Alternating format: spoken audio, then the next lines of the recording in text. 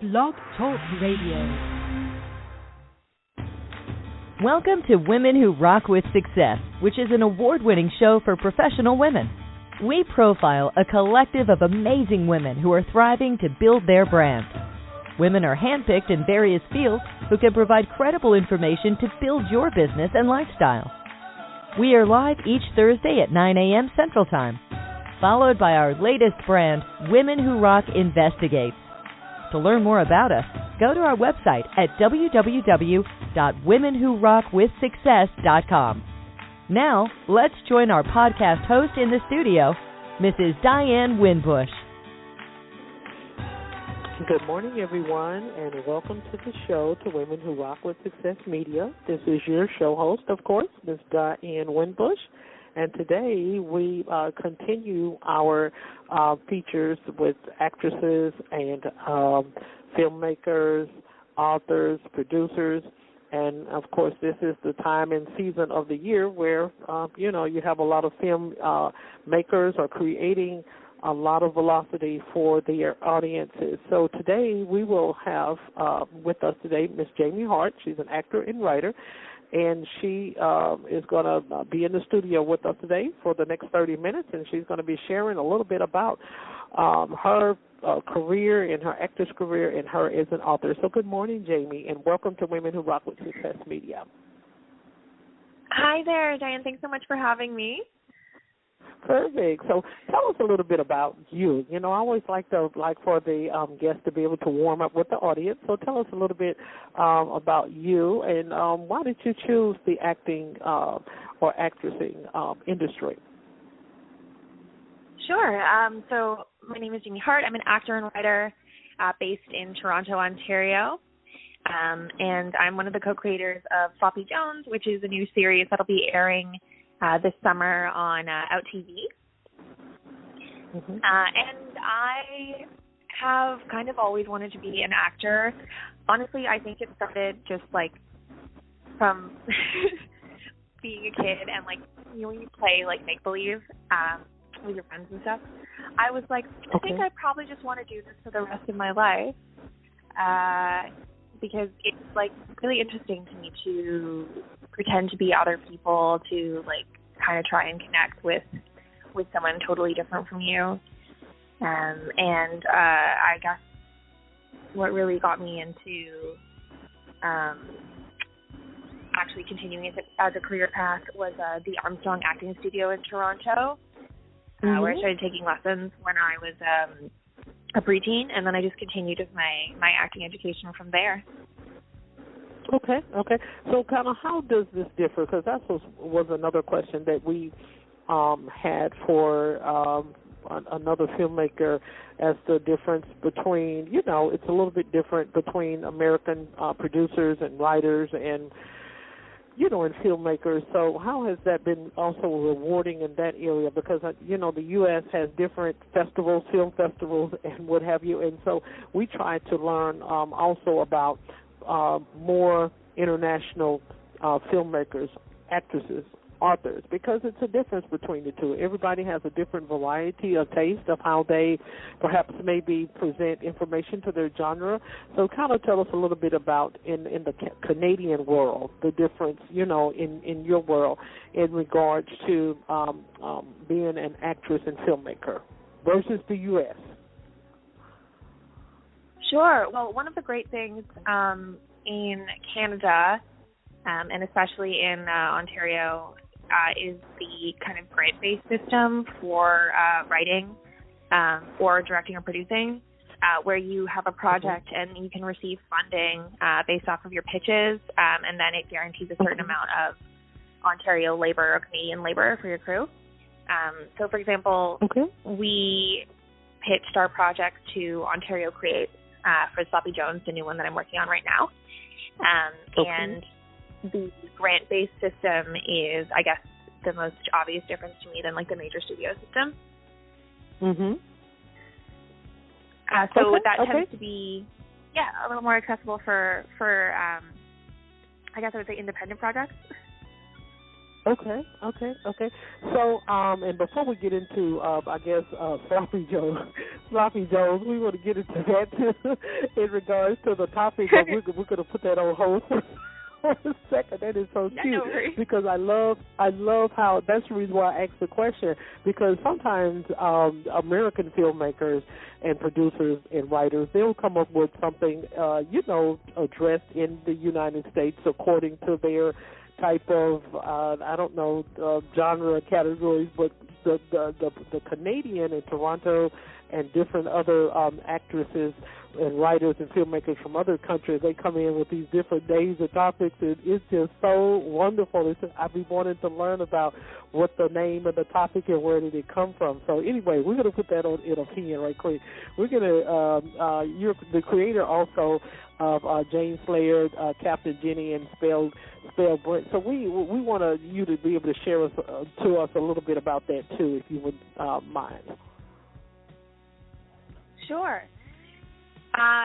Spellbent specifically is a project that's currently in the development phase for me. It is a fantasy series based in Toronto about witches who are kind of like living in secret, and they're being hunted. It's a mix of forbidden love between like a mortal girl and a witch and a action. I shot a pilot for it in 2018, where I played like a kind of warrior witch, like a conjurer who like summoned like different knives and stuff. Shot a huge knife fight in an alley, which was awesome. And so that one is in development. We have the pilot done, and now we're in the process of creating, a formal, like, full-length series pitch. Okay, great. So how has this would be the next question. So how has this been fulfilling for you? How has this been rewarding for you as your career as an actress, and what have you? Sometimes, individuals, this kind of is sort of like a peak. I know that you shared with us at the top of the hour in regards to, like the fairy tales and what have you. And, of course, we've had writers on the program as well to be able to share their, Cinderella experiences. And so they go into the writing business in order to be able to create this type of fantasy, as to who they would like to be. So how has this been rewarding for you in your career? What type of fulfillment has it given you to be able to provide all of these things for these type of genres and categories that you provide for your audience? I think probably the most fulfilling thing for me is being able to write and create the sort of stories and roles that I wanted to see when I was a teenage girl. Spellbent especially, actually, and Sloppy Jones. I learned a lot of the skills that I apply to my current career from my teenage girl hobbies, things that we would call cringe if a 16-year-old was doing them for fun, but honestly are super applicable life skills. Like I was a fan fiction girl. And so I read like ferociously, constantly, and very hungrily, and I would write about it. And I would break down these stories with my friends and talk about what worked and what didn't, and what we wanted to see and what was missing for people who wanted to see what we wanted to see. And so now I get to actually work on and write and see produced the sort of stories that I wanted to have available to me as a 16-year-old girl. Oh, wow. Okay, that is so wonderful. Okay, so what is, if you would choose, if you had to choose a specific genre that you like the best, which genre would you choose out of all of the work and projects that you have created? What would be the best one that you would choose, and why? I mean, I love fantasy, light fantasy, or just any kind of magic, especially if it's got a literary reference in there. Okay. Okay, great. And so the next. Okay, well, you finished. I'm sorry. Go ahead. Oh no, sorry. I was just going to say, that I love books that cite their sources, or movies that cite their sources. So if you can get like a King Arthur reference or like a Greek mythology reference in there, it's a bonus. Okay, great. Okay. So, were there any mentors? And first of all, we're going to identify. So I'm going to go ahead and tell you what type of genres I love. But they're classical, though. I love mysteries. I love drama, and I love Agatha Christie. And Peter Falk is one of the favorite actors. Even though he's passed away, but I still love Peter Falk even today. So, who would be your favorite actor? And how would that actor be comparable to what you produce now and what you create now? Oh. First of all, Agatha Christie, great choice. Okay. Let's see. I mean, Helena Bonham Carter has been my favorite actor for my entire life. I think she was my desktop background for 12 years. Okay. I guess, gosh, I would hope to be comparable to her. I guess just really trying to find the dynamic sort of differences between all the different characters. She is so malleable. She can play anything. I guess the coolest thing that she does is she kind of finds humanity in literally anything, and she's always believable, even when she's playing just an absolute horrible person. You can tell that she has found a way to make this person think that they're right. And that's something that I think is super important if you're going to give a convincing and fulfilled performance. Absolutely. I absolutely agree. Okay, great. Thank you for that answer. So we're going to get into Sloppy Jones. Okay, so we're going to first of all, the first question, I'm going to take it one question at a time. And so the first question is in regards to Sloppy Jones is, why Sloppy Jones? The title. What is in reference to the Sloppy Jones? So serious, because I want to hear this. Because when you see this title, the first thing you think about is Sloppy Joe sandwiches. So what? Go ahead. It's a slasher comedy series, but it's set in a bar in Niagara, Ontario, and the owner of the bar is named Frank Jones, so it's the name of his bar restaurant, Sloppy Jones. It's like a pun restaurant name, and that's where the series is set. Okay. We were looking for something that would say, we were looking for something that would say kind of terrible, dive setting, and also tell you off the bat that it's kind of silly and doesn't take itself super seriously. Right, because that's what I was saying. It's a difference between American filmmakers and how they present their titles and topics. And then it's a difference between, of course, other international filmmakers and producers.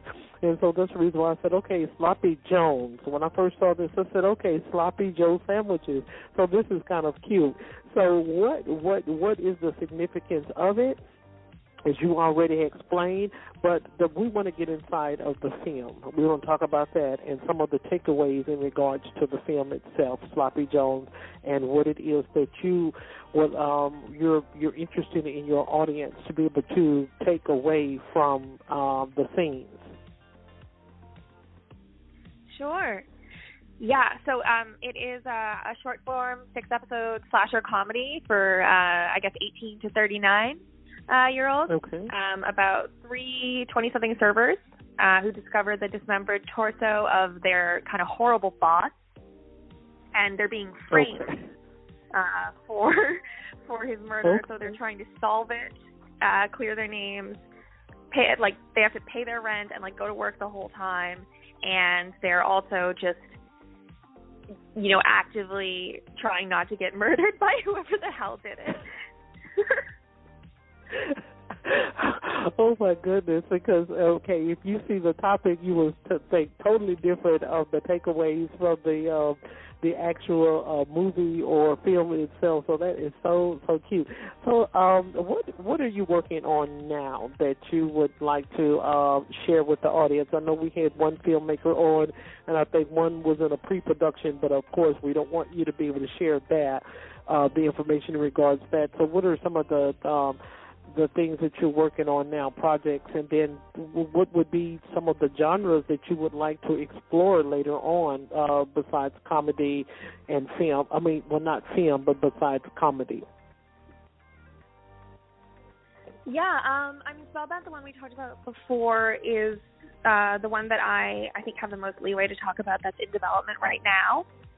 So you can keep an eye out for that by, if you just follow me at telltale.hart on Instagram. But that is currently undergoing a big rewrite for its long form. And we're just taking all of the feedback that we received on the pilot and kind of adjusting it. And of course, obviously, since its conception in 2018, the world has shifted a lot, and it's a modern setting, so it has to be adjusted accordingly. That is what I've most actively got going on right now. And then, I guess Sloppy is the biggest thing to look out for that you can see in completion shortly. So that should be out sometime this summer. We're just waiting for an exact date, but we'll have it shortly. Okay, great. So I guess if there were any milestones that you had to endure along the way before you actually got into film industry, were there any milestones that you accomplished during that period before Sloppy Joe or while you were creating Sloppy Joe? Because, all of us, we all go through, just a little binge, a little challenge or something like that. It's a little bit more than, gaining weight. But it's, we all have different types of milestones. So were there any milestones along the way while you were creating the film? Sure. I mean, getting your first set of funding is always the biggest hurdle, I think, for pretty much everyone. And then after that, the more projects you get, the easier it is for someone to say, okay, this person can handle a grant. So I had written several spec scripts before Spellbound, but until I was 23, none of them went through. And Spellbound I've been working on for a while. It was actually originally called Alice Highcroft. That was at one point the main character's name. We changed it to Haley, which I think is it suited her better. But I had a boyfriend, and I showed him all my drafts for it, and he told me that he thought it was girly and surface level, and I got so mad. And I broke up with him, and I applied for a grant, and I got it. So I would say that spite is a powerful motivator, and you should trust it. Okay. That's great. Okay. So where do you think that we'll see you in the next 5 years? It is so funny. Okay. That is so funny. Okay. So where will we see you in your outcome? You know, we all have outcomes. We have forecasts. We have predictions. You know, I'm going to probably be starring on a stage or something like that, on Broadway or something like that in the next 5 years. Not me myself. That's just an example I'm bringing up. So where do you want to see yourself in the next 5 years? I know we got Sloppy Joe that's about the Sloppy Jones. I don't know why I keep saying Sloppy Joe. Sloppy Jones. We have the film Sloppy Jones that's coming out, and it's going to, I looked at the trailer. It seems like it's going to be very, very interesting for the audience. And so where do you see yourself? Where do you want to be in the next 5 years as a long-term goal that you're trying to reach for your audience? We know that you're doing film. We know that you love to be able to create. You love comedy. You love to, you know, do some work with children, with youth as well in your films. So, you know, my thing is, you know, I'm always looking for new ways to do better things, even with our show, with Women Who Rock with Success Media.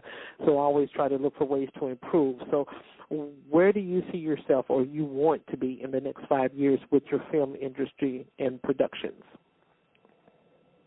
Yeah, I'm hoping that this series will kind of demonstrate my ability to handle a lead.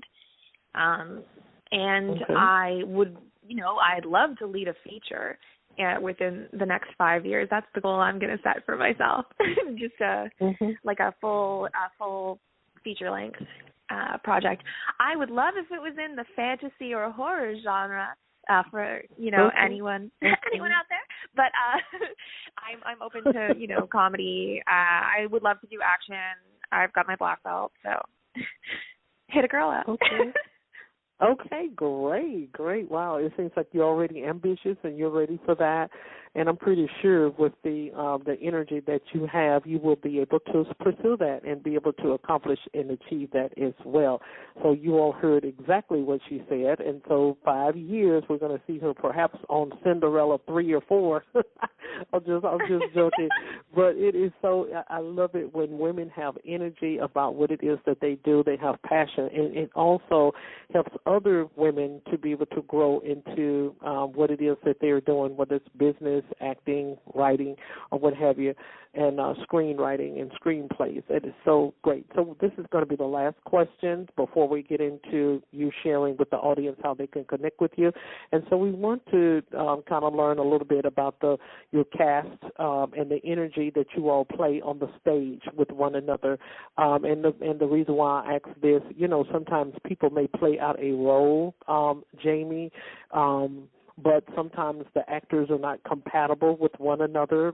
You know, we learned that even on the old sitcom, The Jeffersons, with I think it was the husband and the wife, they appeared to be husband and wife on stage, but they had a big conflict in real life and what have you. And I think that is so kind of sour, if I want to put parentheses around that word, for cast members to be able to play a role with one another, and they are not compatible. They have issues and what have you. But what was the screenplay about? You know, how was the casting with you and your players and what have you? You being the creator, you being the writer, but still with the cast as well. Because look, look at it like this. If I'm producing something, or if I'm writing a film, if I'm putting I certainly want them to make sure that they're a match. That's the first thing that I would like, and I can go on and on about other episodes, television episodes, where the you know, the husband and wife may have played husband and wife, but they had a huge conflict, and there was a gap in conflict, because you see it in the tabloids, you see it online, you see how they you know may have did documentaries or interviews, and they really actually did not get along in real life, and so I don't think that that's good for business or for the stage. So in your perspective, you know, with your cast members and what have you, so how was the energy, you know, a little bit? You don't have to take us all the way into the dive of it, because we're working on the trailer part now, you know, watching the trailer of Sloppy Jones, but how was your cast with one another? I mean, our cast, everyone was reached out to directly for this. There wasn't like an open an open call. We were very careful, especially because the content is queer focused, that we weren't going to bring in anyone who would potentially make other cast members uncomfortable. So the cast was, very, very tight, very strong. Everyone we worked with before was, super lovely.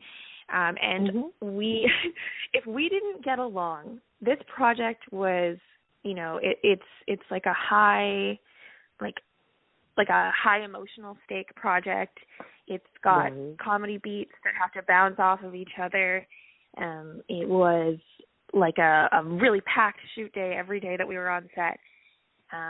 If we didn't get along, it would basically have been on fire.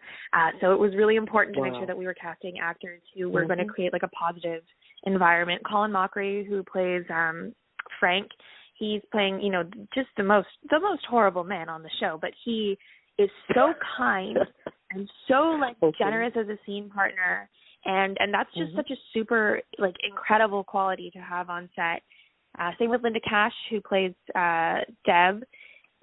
She's just brilliant and talented, but totally not full of herself at all. So kind, so sweet, and if we did not have that, I don't think the humor in the show would work at all, honestly. I think it was a really positive environment on set, and it's something that I'm really grateful for. Okay, great. See, I like to hear different, and I really do believe that the producers and filmmakers, and they were wonderful back in the 70s and 80s. See, I come from the old classical genre, so to speak, and so I think, they still had the spunk, but I think it's very, very important that we, match and make sure that the cast are compatible so that when they get off screen, they will not be doing interviews with, newscasters and news broadcasters and what have you on the dislikes that they had playing the role with their cast. I think that's very, very important to make sure that they are compatible and that they are a match. So with the last question, Jamie, you have been a wonderful guest on today. Share with the audience as to how they can be able to connect with you or connect with your trailer, or where to be able to find Sloppy Jones, and if you would like for them to follow you on any of the social media platforms, you can be able to provide that information with the audience now. Sure. You can follow me for my personal career updates at telltale.hart on Instagram. That's TELLTALE.HART. You can follow the series Sloppy Jones on Sloppy Jones Show on Instagram, SLOPPYJONESSHOW. And you can also follow us at Sloppy Jones on TikTok and Show Sloppy on Twitter. If you want to see the trailer, it's available on our Instagram right now. And we are also on YouTube as Sloppy Jones Show, where you can see the trailer and more behind-the-scenes clips. Perfect. Thank you so much for being our guest on today. I can be able to talk to you for the next 2 or 3 years. This has been a wonderful interview with you on today, Jamie. So thank you once again for being with us. Women Who Rock with Success. Follow us over at 10 o'clock to Women Who Rock Investigates, where we will be talking about women and the business grants that were due to them from the SBA and were not. And so we're going to have Natalia Nicholson that will be in the studio on Women Who Rock Investigate. So to everyone, have a wonderful day. And once again, Jamie, thank you so much for being with us on today. Thanks for having me, Diane. It was lovely.